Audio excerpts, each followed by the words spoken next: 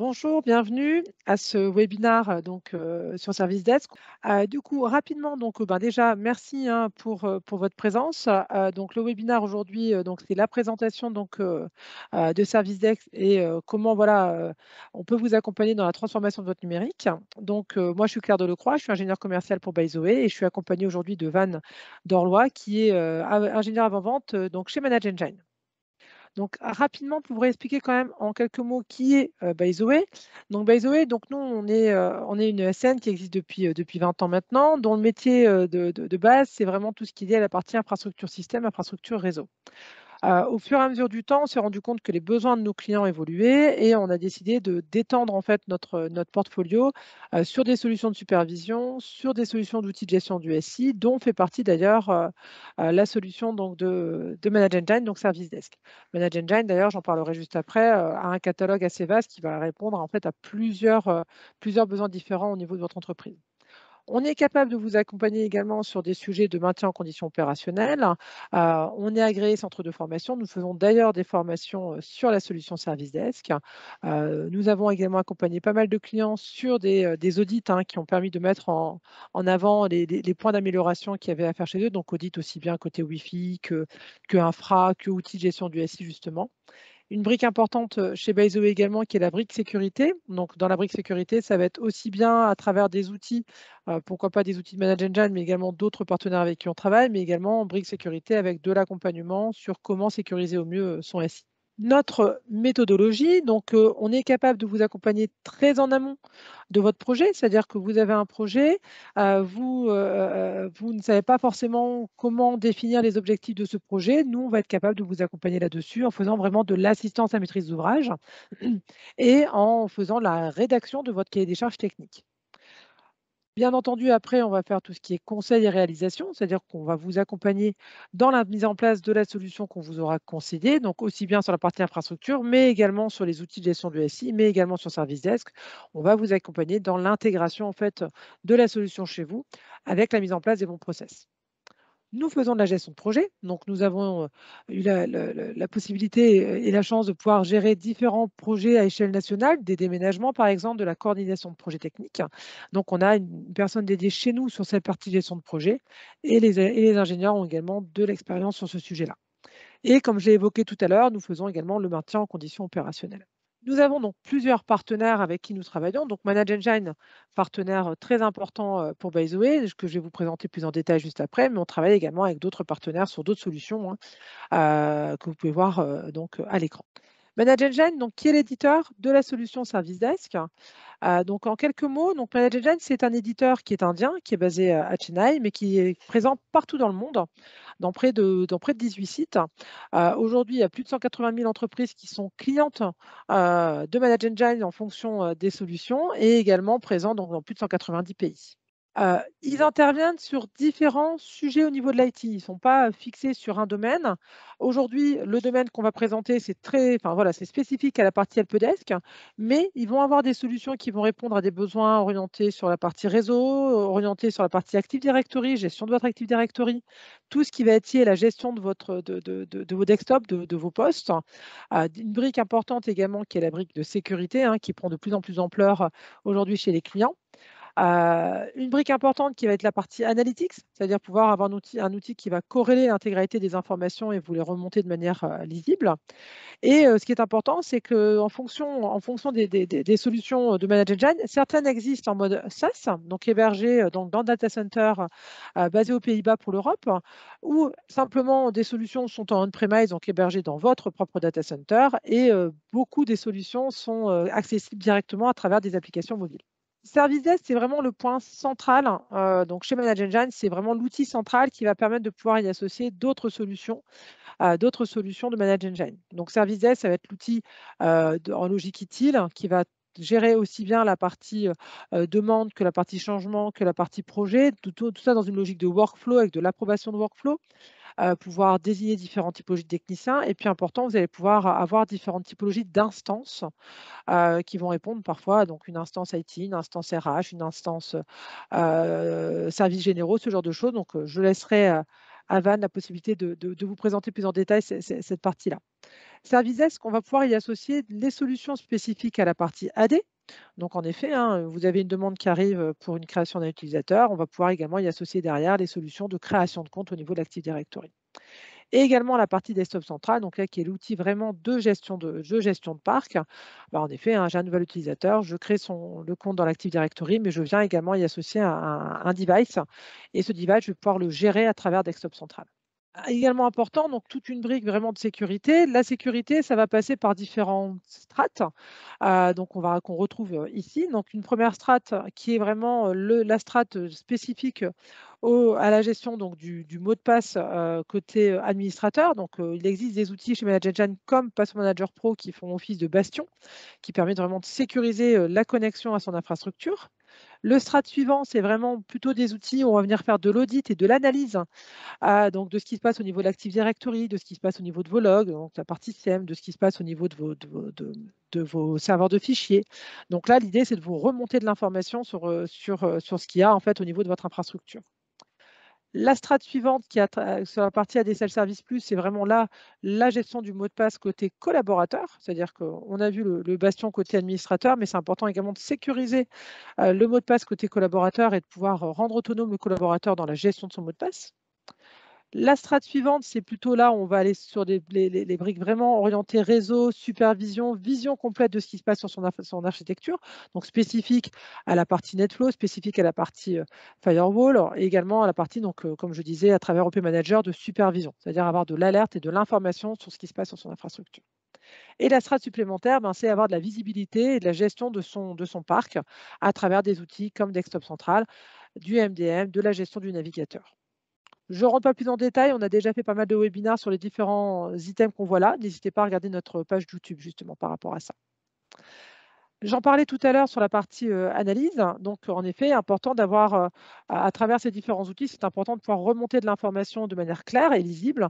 Il existe donc déjà de base dans les outils des rapports qui sont prédéfinis, très clairs, qui remontent beaucoup d'informations, mais on peut venir les coupler à des outils d'analytique qui vont permettre de remonter des informations de manière très graphique. Pour ma part, j'en ai terminé. Ce que je vous propose, c'est de passer la main à Van. Rapidement, si vous avez des questions, n'hésitez pas à nous les poser dans le chat. On y répondra à la fin du webinaire. Et j'ai oublié de le préciser, mais le webinaire est enregistré, donc il sera également disponible sur les réseaux une fois celui-ci terminé. Merci beaucoup. Van, je te passe la main.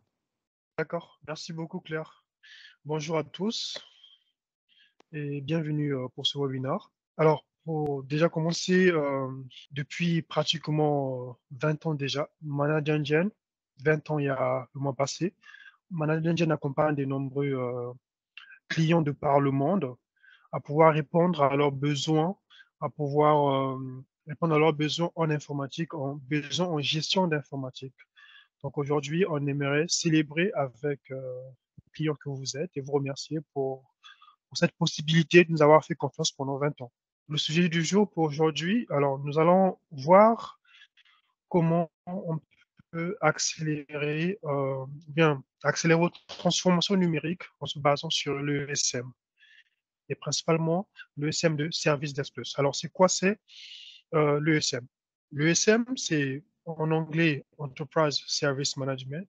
En fait, c'est une capacité ou bien une capacité que vous avez à pouvoir transmettre les avantages qu'on a sur un outil helpdesk. Aujourd'hui, on a un desk qui a ses processus déjà basés sur utile, qui a ses processus déjà d'automatisation.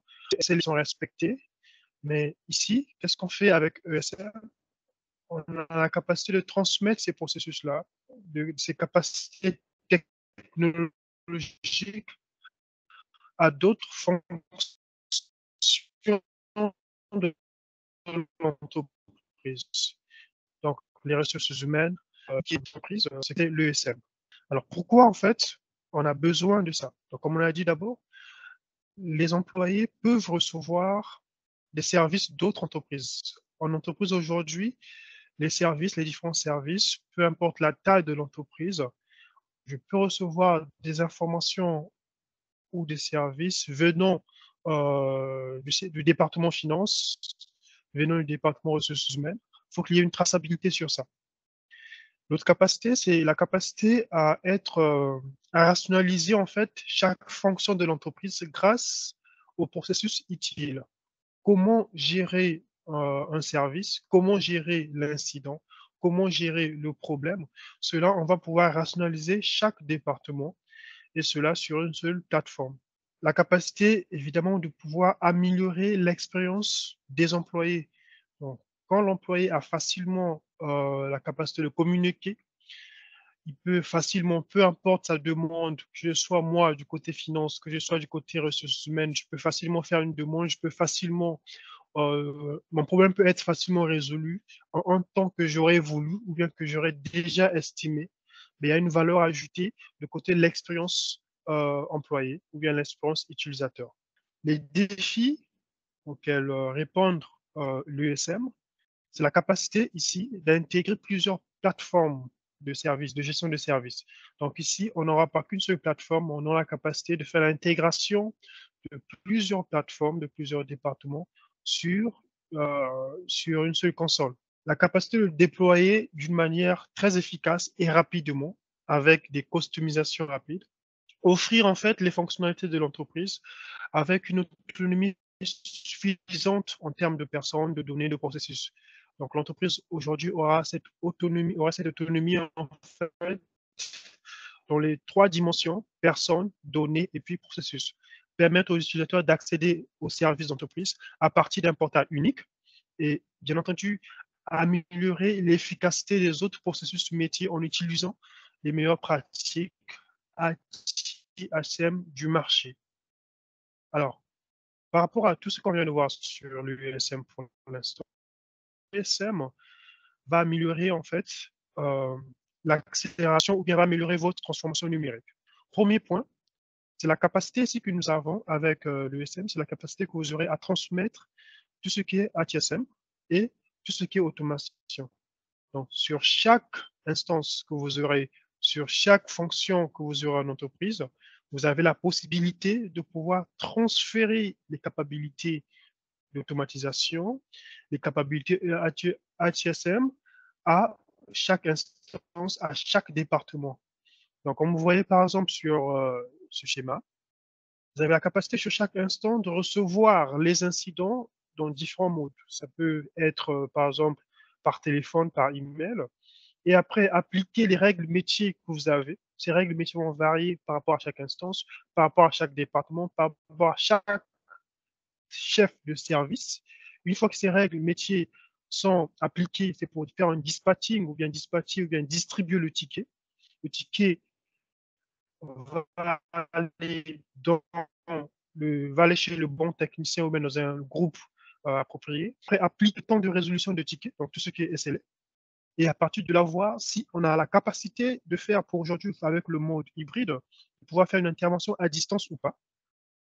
Derrière, on peut donner, on peut ajouter ce qu'on appelle une facturation au service, une facturation par rapport à un département et aussi lier, associer ce ticket-là à des actifs. Vous allez faire. Donc, vraiment, c'est un processus que vous suivez et cela va se faire sur chaque département. Cette capacité, on a la capacité de le faire sur chaque département. Donc, comment attribuer le ticket? Comment appliquer le SLA? Et vous aurez la capacité, bien entendu, de pouvoir avoir un service continu sur chaque niveau, une découverte automatique des actifs avec une cartographie qui va se faire d'une manière automatique, l'inventaire des actifs avec une base de données relationnelle. Donc, ça, c'est déjà le premier point. Quand vous appliquez cela dans votre entreprise, à chaque niveau, vous avez évidemment la capacité de pouvoir améliorer vos transformations numériques. Deuxième point, la gestion des actifs. Aujourd'hui, on a plusieurs départements, mais les actifs, par exemple, informatiques, ne seront pas gérés de la même manière que certains actifs non informatiques. Alors, comment gérer ces actifs-là? Comment faire la découverte de ces actifs d'une manière automatique? Ici, vous voyez, les nouveaux actifs peuvent être découverts. On va scanner l'ensemble d'environnement de votre système d'information. Dans le cas d'actifs, euh, dans le cas d'actifs informatiques, et puis, pour les actifs non informatiques, on peut carrément monter ces informations-là, ou bien encore faire l'achat des nouveaux actifs. Ça aussi, on peut le faire. On va carrément initier l'achat des nouveaux actifs. À partir de ce moment-là, construire un inventaire, une base d'inventaire, faire des relations, créer des relations entre ces différents actifs-là, appliquer les détails au niveau logiciel dans ces actifs-là, construire des relations et avoir une gestion continue des différents actifs. Donc, pour faire l'approvisionnement de ces actifs. Et quand il y a de l'expiration au niveau des actifs, on a la capacité d'avoir des notifications d'expiration. On peut faire les prêts des différents actifs. Deuxième point, Claire en a parlé dans l'introduction. Troisième point plutôt, c'est la capacité de pouvoir faire l'intégration. Donc ici, non seulement que sur Servides Plus, mais si vous avez la capacité de faire une intégration dans chaque fonction informatique que vous aurez.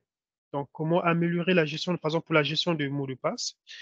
Vous pouvez intégrer directement Servides Plus. Depuis Servides Plus, vous pouvez avoir des actions pour renouveler votre mot de passe, pour pouvoir renforcer votre mot de passe.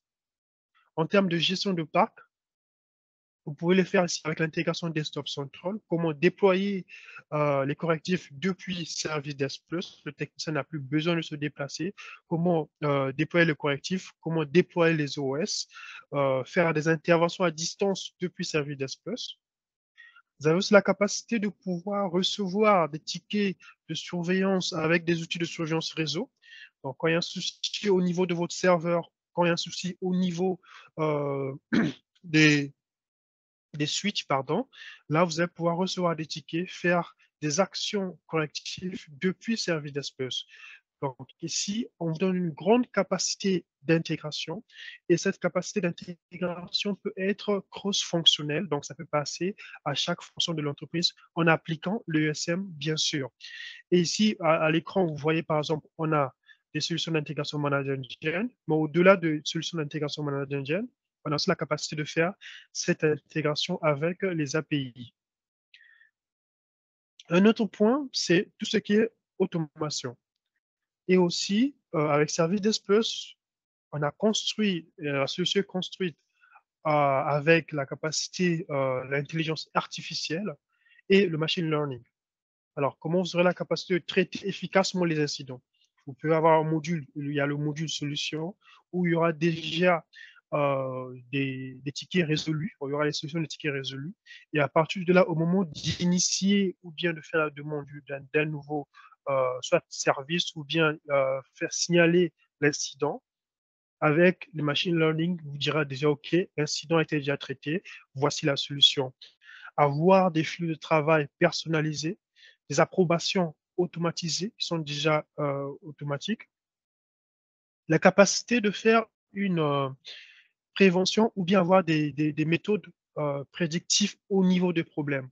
On peut savoir par rapport à l'occurrence d'un incident que à la fin, ça va produire ou bien ça va pouvoir, euh, ça va devenir un problème.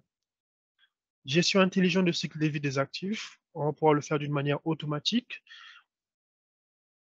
Aide à la conversation, donc on a la capacité avec un langage le plus naturel possible de pouvoir converser avec Services Plus. Suite à cette conversation, on peut générer des tickets, améliorer l'efficacité des techniciens grâce à ZIA. Donc, ZIA, c'est un robot, un chatbot qui est spécifiquement qui va aider les techniciens à pouvoir résoudre certains problèmes, surtout les problèmes de niveau 1 et 2.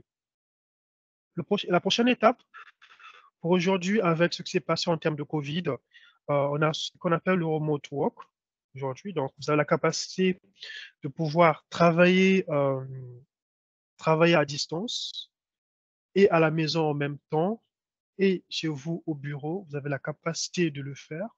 Et pour cela, on a ici cet outil qui vous permet de prendre le contrôle à distance des machines, faire des interventions à distance, faire le partage de fichiers si nécessaire à distance. Et ces interventions à distance-là, il y aura de l'audit sur ça, ça sera sécurisé. Donc, vous avez la capacité d'enregistrer les sessions, avoir des actions de remédiation, par exemple, l'éveil d'une machine, vous le faites d'une manière distante. Vous pouvez initier une commande en utilisant, par exemple, Desktop Central, donc une solution de gestion de parc, pour faire l'éveil à distance. Ça, c'est une capacité qui va se transmettre sur chaque ESM que vous aurez. Et toujours dans ce sens-là, avec ce monde hybride, on a tendance à se tourner vers le cloud. Donc le cloud, qui est notre prochain point. Service Plus est disponible et à la fois sur site et aussi sur le cloud. Donc ici sur le cloud, vous n'aurez pas besoin de faire l'entretien sur le matériel. Vous n'aurez pas le besoin de pouvoir gérer les bases de données et tout. Et le retour sur investissement est très rapide quand vous allez pour la version cloud. Et bien entendu, on est resté sur la version sur site en cas où vous avez ce besoin-là de pouvoir installer la solution sur site. Donc ici, vous avez la possibilité d'avoir la solution avec toutes ses fonctionnalités, avec toutes ses capacités ESM et à la fois sur site et sur le cloud selon vos besoins ou bien selon vos politiques d'installation. L'autre point, c'est la capacité à pouvoir intégrer, on peut dire ici, on va faire la business intelligence, mais pour l'informatique. Donc vraiment la capacité de pouvoir faire parler ces données-là, de pouvoir consulter ces données-là, faire de la BI, mais orienté vraiment par rapport à votre environnement informatique et avoir des rapports qui sont très interactifs, qui peuvent être partagés entre collaborateurs, avoir des tableaux de bord dédiés aux décideurs, des tableaux de bord orientés techniciens, et ainsi de suite. Et enfin, dernier point parmi les 8, c'est cette capacité que la solution a, avec ses capacités USM, à pouvoir être personnalisée sans pour autant coder. Donc, vous avez une personnalisation, mais vraiment à un niveau où vous n'avez pas besoin de toucher le code et vous le faites d'une manière dans vos têtes, au niveau papier, vous pouvez carrément le réaliser. Et il y a un taux de satisfaction que nous constatons déjà par rapport à cette fonctionnalité très élevé pour les utilisateurs. Donc, ceci dit, en résumé, avant d'aller sur la solution, avant de faire parcourir la solution, sur tout ce qu'on a discuté, les 8 points que nous avons fait état ici, on peut résumer ça ici en fait avec la capacité de faire la gestion des services d'entreprise, la gestion des versions informatiques, la gestion des incidents et des problèmes. On a le module de gestion des changements, gestion des actifs et des configurations informatiques, base de données de gestion de configuration, gestion des achats et des contrats, gestion des projets, bien entendu. Et aussi, vous avez aussi la capacité de faire la gestion des traitements des demandes, gestion de la base de connaissances, donc vous avez avec le module solution, et aussi la capacité d'avoir du reporting déjà intégré. Vous n'avez pas besoin de pouvoir développer des rapports, c'est déjà des rapports intégrés avec certains SLA. Alors, ceci dit, on va aller directement sur la solution. Pour notre deuxième partie de cette présentation, donc là, c'était un peu les points sur lesquels on doit se focaliser. Maintenant, on va aller côté solution pour voir en fait comment se présente effectivement la solution Service Desk Plus. Voici notre solution. Je suis déjà connecté en tant que technicien. Alors, le premier point que j'aimerais bien évidemment parler, c'est ce qu'on appelle l'USM. Comme vous le voyez ici, on a plusieurs fonctionnalités d'entreprise. Donc, ça, c'est le helpdesk de base, si vous voulez. Donc, ça, c'est carrément la solution de base qu'on a ici. Mais aussi, on a d'autres instances ou bien d'autres fonctions de l'entreprise. Par exemple, les ressources humaines, logistique, finance, et puis le département qui gère tout ce qui est voyage. Ici, derrière, vous avez aussi les services les plus utilisés en entreprise. Donc, vous avez la capacité de le nommer. Et comme vous voyez ici, c'est une customisation. Donc, on a vu le dernier slide. C'est une personnalisation. On va personnaliser par rapport à vos besoins. Ici, par rapport aux tendances actuelles avec le Covid et autres, vous avez déjà la capacité d'avoir ça ici. Et là, nous allons à l'annuaire USM. Donc, c'est ici que vous avez la capacité de pouvoir créer les instances helpdesk. Donc, les différentes instances ici. Vous allez juste venir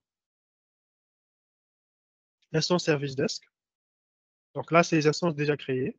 On va voir quels sont les propriétaires de chaque instance. Donc chaque instance ici, vous pouvez mettre les propriétaires, les personnes qui vont pouvoir gérer ces instances-là, qui vont y travailler, le nombre de techniciens par rapport à chaque instance. Vous pouvez personnaliser ça. Donc là, par exemple, si je fais une édition ici.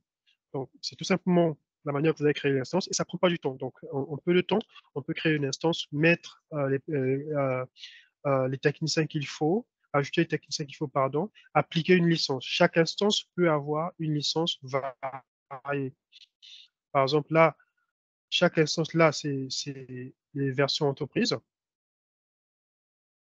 Là, on est sur la version professionnelle, là, on est sur la version entreprise. On va voir ça tout à l'heure. Donc là, on est sur les instances, comment les instances se présentent. Là, on se connecte dans l'instance ressources humaines. À la page d'accueil, on a aussi ces personnalisations-là. Donc, ça, c'est la page d'accueil du technicien. Il y a toutes ces informations déjà qui vont être montées. Et derrière, on a parlé de l'analytique. Donc là, en tant que technicien de helpdesk, j'ai ces données-là, les performances de la semaine qui vont être présentes. J'ai toutes ces informations-là qui vont être montées ici. Donc, voilà un peu, premièrement, comment on peut ajouter tout ce qui est capacité USM, comment facilement on peut créer des instances. Ici, on peut voir comment on peut customiser, qu'est-ce qui va aboutir en fait quand on parle de customisation. Alors, on va faire une simulation ici. On va se connecter, ça c'est notre utilisateur.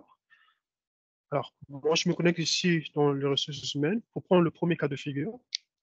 Ici, mon besoin en tant que technicien ressources humaines, c'était pouvoir créer ou bien encore faire une demande. Donc, je veux faire une demande. Là, j'ai toutes mes demandes là présentes. Je peux les tracer, je peux voir quelles sont ces différentes demandes.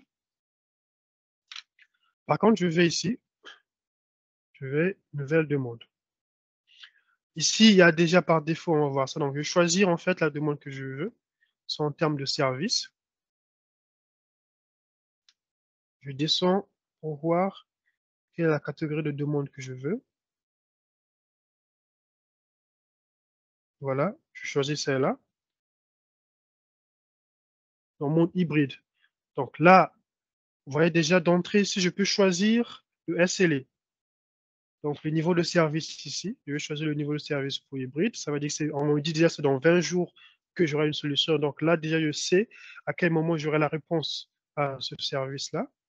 Je peux choisir, comme moi je suis technicien, je peux choisir OK, qui a initié cette demande-là. J'ai la capacité de choisir ici. Je vais rentrer, il y a des informations qu'on peut rentrer obligatoires, ou bien des informations qui ne sont pas obligatoires, et il y a des informations qui sont déjà pré-configurées ou bien pré-remplies. Ici, je peux choisir le site, je peux déjà décider quel est le technicien qui va travailler dessus, ou bien quel est le groupe de techniciens qui vont pouvoir travailler sur cette solution-là. J'ai la capacité de décider depuis ici. Alors là, maintenant, c'est important. Je vais choisir le mode. Est-ce que c'est un employé permanent, ou bien c'est un contracteur, ou bien c'est un employé temporaire. Donc, je mets permanent ici, par exemple. Et là, je vais choisir son mode de travail. Donc, il va aller pour un mode de travail hybride. Vous voyez, quand j'ai choisi le mode de travail hybride, regardez ici, j'ai maintenant des options. Est-ce que la personne est vaccinée ou pas? Donc, par rapport à l'option que je veux choisir aussi, j'aurai des champs supplémentaires parce que là, j'ai choisi le mode de travail hybride. Alors là, on parle de vaccination, par exemple. Je vais choisir ici, la personne est vaccinée. On me dit, OK, première dose, deuxième dose, ou bien il a le booster. Donc là, c'est des champs qui arrivent qui sont supplémentaires. Je mets la personne a le booster. Il y a d'autres champs supplémentaires si je rentre le nom de l'employé. Je peux rentrer les informations qu'il aura besoin. D'accord? Je vais choisir les dispositifs, par exemple, qu'il aura besoin pour travailler, un Mac, ainsi de suite. Le modèle de laptop, d'autres fonctionnalités en termes, quels sont les softwares qui vont être installés sur ce laptop-là. L'accès au réseau, parce qu'un nouveau employé, il faut qu'on lui donne l'accès à certains réseaux. Ici, tu as la capacité de pouvoir choisir l'emplacement par où la personne va s'asseoir. Je vais choisir tout ça là.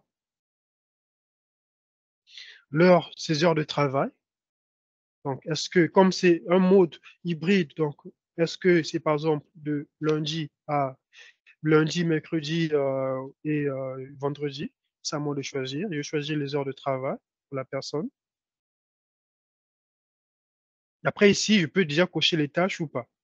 Donc ça, c'est les tâches qui vont être initiées dans d'autres instances, dans d'autres fonctions de votre entreprise. Je mets ajouter requête. Là, c'est fait. C'est ajouté. Donc, j'ai des informations. Quand je viens au niveau, quand je viens au niveau ici, je viens au niveau demande. Là, on va voir,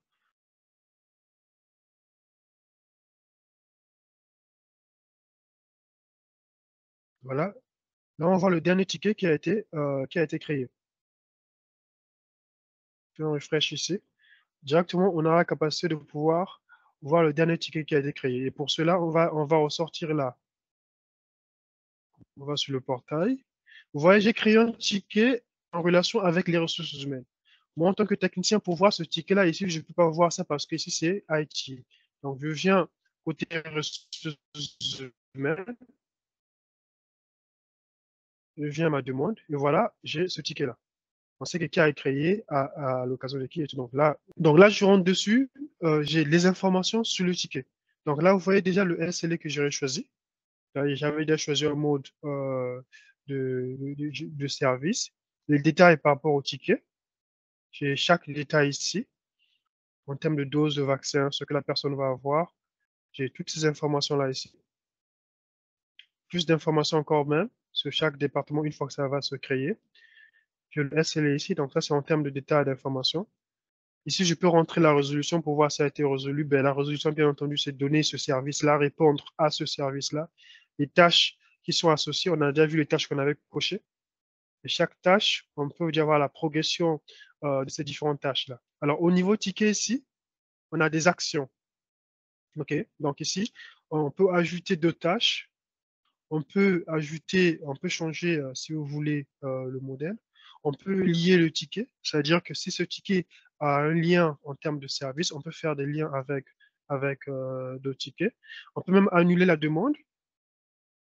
Donc, on peut faire l'aperçu avant impression. Donc, si on veut pouvoir imprimer ce ticket-là, associer un bon de commande, associer un changement, associer un projet. Donc, on a plusieurs actions qu'on peut faire directement au niveau du ticket ici, là.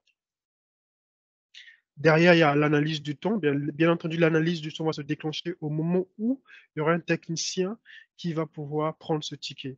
Et donc, d'ailleurs, par rapport à ça, ici, euh,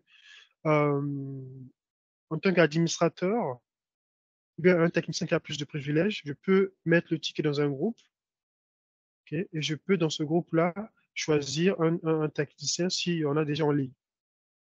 Donc, je vais pouvoir ajouter ce ticket dans un groupe. Et comme ça, ce ticket déjà sera associé déjà à un groupe.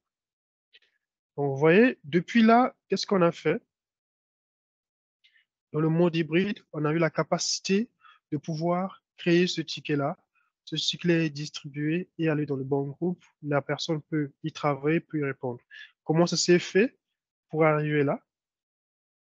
Donc, par rapport à ça, on a eu ce modèle-là. On a d'abord créé le modèle de ticket. Donc, ici, on va pouvoir créer d'abord un modèle. Voilà. Gestion des utilisateurs. C'est ce modèle-là qu'on a créé. Donc, ici, voici comment on crée les modèles.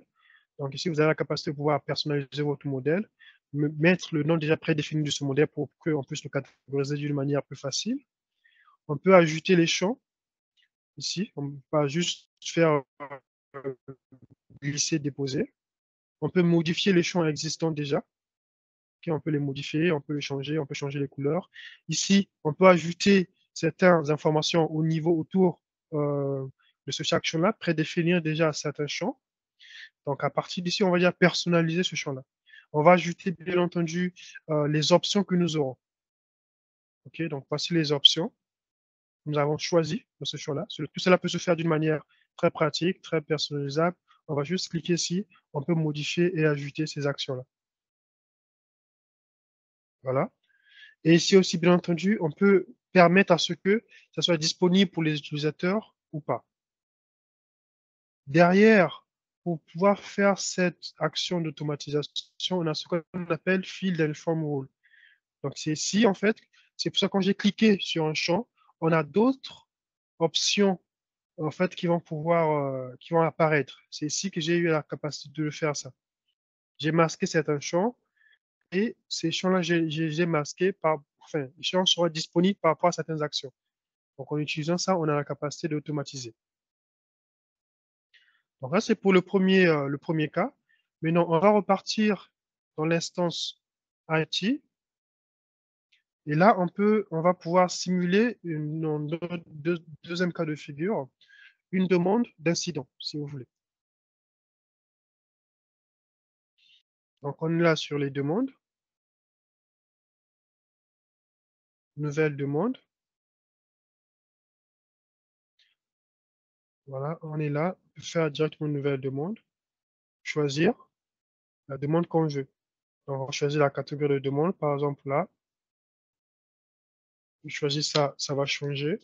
Et à partir d'ici, bien entendu, je vais rentrer les informations du demandeur en tant que technicien. OK. Alors, si moi je me connecte, là, je suis connecté en tant qu'utilisateur. OK. Donc, en tant qu'utilisateur ici, le comportement sera différent. Quand je viens là pour une nouvelle demande en tant qu'utilisateur, alors on garde la même demande. Vous voyez, là, déjà, le nom est déjà rempli parce que là, je suis utilisateur et vous voyez, mon champ est très limité parce que là, je me connecte en tant qu'utilisateur. Je choisis l'impact parce qu'on aura déjà prédéfini l'impact, l'urgence. Sera là, il y a déjà le sujet, je crée la demande, c'est tout. Là, facilement, j'ai créé ma demande. Ma demande est envoyée. Et la demande va être où? C'est au niveau d'ici. En tant que technicien, je veux recevoir cette demande-là. Là, c'est la dernière demande qui a été créée.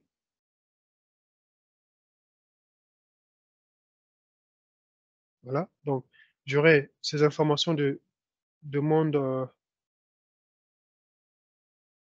demande créée là. Et une fois que je reçois les informations par rapport à cette demande, ici aussi j'ai des actions. Mais les actions qui sont liées par rapport à la gestion, si vous voulez, des incidents. Des actions qui sont liées, pardon, par rapport à la gestion des incidents. Je vais juste filtrer. Donc, j'ai la capacité de faire un filtre. Je me concentre ici. Voilà.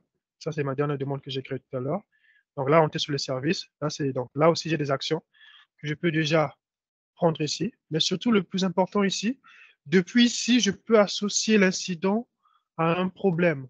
Donc, quand j'ai, par exemple, je passe beaucoup de temps à cet incident, je peux dire, OK, cela, ça devient un problème. Donc, je vais associer carrément l'incident par rapport à un problème pour aller directement au module de problème, ou bien par rapport à un changement, ou bien encore par rapport à un projet. Mais sinon, les actions que nous avons vues sont plus ou moins les mêmes. Donc, c'est ça qui fait qu'on arrive au niveau gestion de problème. Alors, la gestion de problème, encore une fois, ça va se faire selon les best pratiques ou bien les meilleures pratiques utiles. D'accord? Donc, on a la capacité de faire la gestion des problèmes ici, avoir les détails sur ce problème-là. Okay. Ici, on va pouvoir avoir le temps d'analyser, faire l'analyse d'impact, et ainsi de suite, faire une gestion, voir les incidents qui sont liés. Donc, c'est une fois que le lien est fait, on peut voir quels sont les différents incidents liés à ce problème-là. La même chose pour d'autres modules, par exemple, tout ce qui est changement. Tout ce qui est changement, on aura les modules de changement ici. Suivre les méthodes de changement selon utile. On a la capacité de le faire ici par rapport à chaque changement. C'est la même chose pour les modules de projet avec les grands shots et ainsi de suite. On a les modules version, mais surtout, un autre module intéressant, c'est le module ici, équipement. Donc, ou bien si vous voulez, actifs. Donc, la gestion des actifs. Je prends le cas pour cet appareil-là Windows. Donc, quand je viens sur la gestion de l'actif, je clique sur un appareil, on aura déjà les informations sur le matériel, on aura les informations sur le logiciel, quels sont les logiciels installés, le type de logiciel. On aura les informations sur les partitions des différents disques en termes d'utilisation. Donc, là, c'est les détails sur le matériel, déjà d'ordre général, le nom du logiciel, on peut avoir toutes ces informations-là. Ici, on se focalise principalement sur le matériel, bon, les partitions des disques qu'on aura les logiciels installés dans la machine. Est-ce que c'est les logiciels définis qui sont pas définis? Est-ce que c'est le logiciel avec licence ou pas? C'est avec licence ou pas? On a la capacité de voir. Le système, donc là, en termes de gestion, par exemple, d'impact, on peut voir en fait cette machine est en relation avec quelle autre machine. Donc même les modules ou bien finance associés à cette solution-là. Dans ce sens-là, on a la capacité depuis l'incident à lier ce module jusqu'au module actif. Et derrière, on a d'autres modules juste pour vous montrer, module achat, module contractuel, surtout avec une facilité très grande de pouvoir avoir des rapports, générer déjà des rapports. Il y a plusieurs rapports qui sont prédéfinis. Ces rapports-là peuvent être envoyés, ça peut être scanné. Donc là, par exemple, vous pouvez les télécharger sur fichier PDF, l'envoyer sous format PDF, XSFE ou bien CSV. On va passer de planifier ces rapports-là pour faire un envoi périodique à une période bien spécifique, choisir le format qu'il vous faut. Bien évidemment, on reste ouvert à la session des questions-réponses. Claire, à toi. Merci. Merci Van pour cette présentation. Bah, écoutez, en effet, est-ce que vous avez éventuellement des questions à nous poser? Je vous invite à le faire par écrit. A priori, je pense qu'il n'y a pas de questions particulières. Dans tous les cas, on se tient à votre disposition, moi comme Van, pour pouvoir, si besoin était, vous faire une présentation personnalisée pour votre entreprise. Si jamais vous avez des questions, n'hésitez pas également à nous les transmettre dans un second temps, soit en m'appelant, soit directement par mail. Et je vous remercie pour votre participation de ce matin. Comme évoqué, donc c'est enregistré, donc nous partagerons le webinaire sur les réseaux dès qu'il aura été finalisé par les équipes communication de By the Way. Merci en tout cas à tous pour votre disponibilité. Merci Van pour cette belle présentation et je vous dis à tous à très bientôt. Au revoir. Merci tout le monde. Au revoir.